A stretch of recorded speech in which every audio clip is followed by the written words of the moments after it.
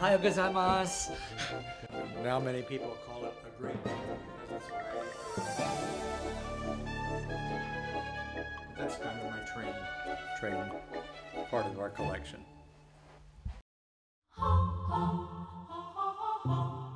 Japanese, there's some American toys in here. The fire engine is with an elevated ladder. You can extend the ladder. It has its own pumping device on your very complex toy, but made by, I think, Taniguchi in Japan. Not Japanese Subway. I don't think this toy was marketed in the United States, but it's still very Japanese. The people going into the subway and the subways moving from station to station. Musical monkeys. It's kind of a fun toy. Lots of action.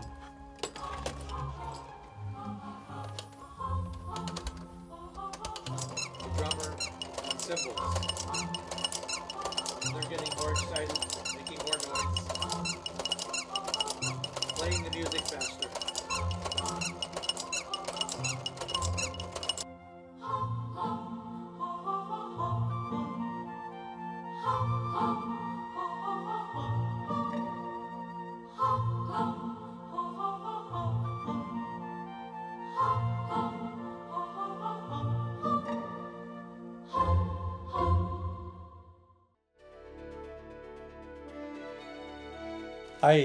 I was born during World War II, so there were not many toys available for children.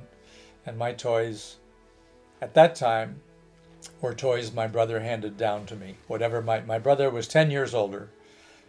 It wasn't until I was really an adult and my brother would make model trains, so I always liked trains.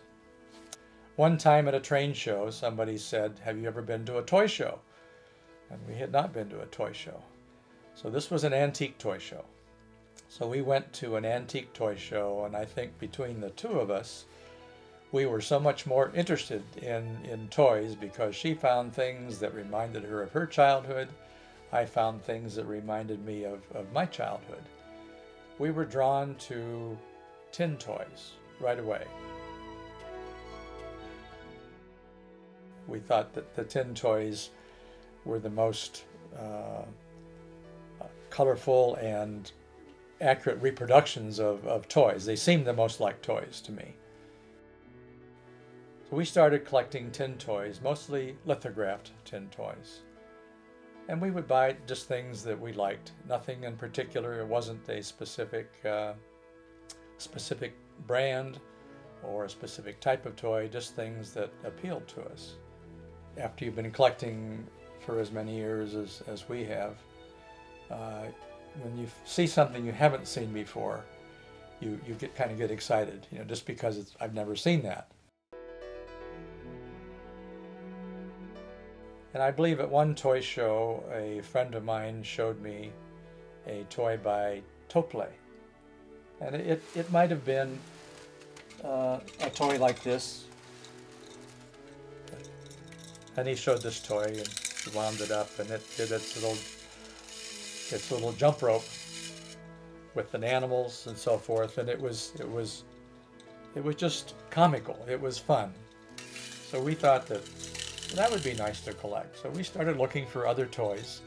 When we started collecting toys and we would go to toy shows, one of the things that stood out to us were the Japanese toys, and I think the primary reason our toy collections grew and grew, but it probably wasn't until maybe late 1970s when I first started being a serious toy collector. This is predominantly toys made by Topley. Most of them are all, I think they're all wind up, all with very nice actions.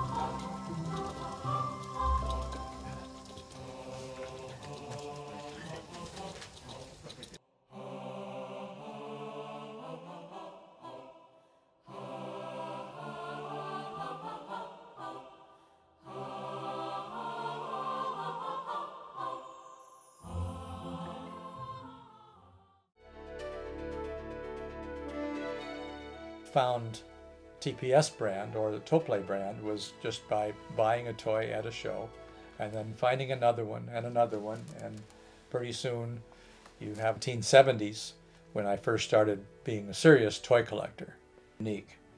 One of my first experiences when I started researching Japanese toys, I was responsible for a business in Japan, so I was coming to Japan for my career job and reasons. And when I found out they were there, my people made a contact, and I had a chance to meet the founder of Toplay and learn the story of their company. And that opened up a lot of exchange of ideas and information. He shared patent drawings and catalogs and a lot of history with me. And when I finally found somebody who worked at Toplay, or actually founded Toplay, he shared some history with me. And since history was not available, I thought, well, this is really information that should be published.